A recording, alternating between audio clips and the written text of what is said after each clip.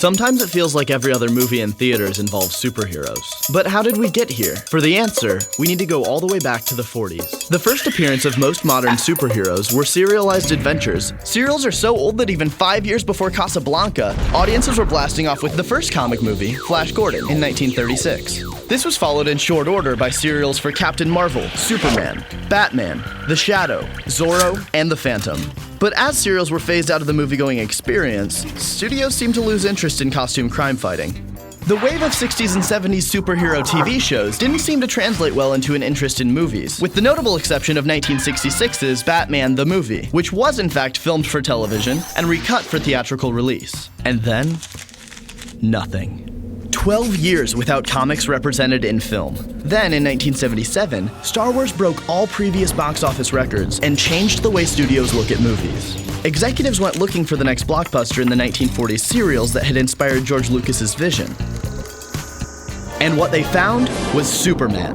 Richard Donner's 1978 epic spawned plenty of sequels and imitators, both unfortunately of rapidly diminishing quality. In 1989, Tim Burton's Batman redefined what comic book movies could be. Funny, exciting, and darkly original, Batman '89 showed studios how to do a superhero movie everybody needed to see. Much like 1978's Superman, Batman created a wave of sequels and interest in superhero properties, new and old. But, as with Superman, not all of these films were well received or even competently made. By the end of the decade, pickings were fairly slim. 1996's Batman and Robin had killed the Bat franchise, and the studios had started to experiment with relatively unknown properties like Steel, Spawn, and Blade.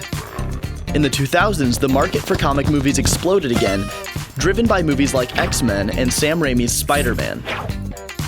Action movies, the standard big movie experience for the last 2 decades, were replaced by films inspired by comics. The comic boom of the new millennium started colorful, then grew darker, inspired by the success of Christopher Nolan's Batman films, then expanded its scope, copying the extended universe model created by Marvel.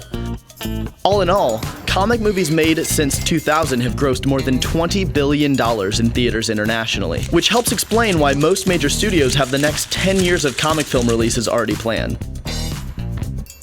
What's your favorite comic movie? Which comics would you like to see in movie form? Comment below and let us know how you feel, and be sure to click here to watch our in-depth analysis of the history of comic movies since 2000.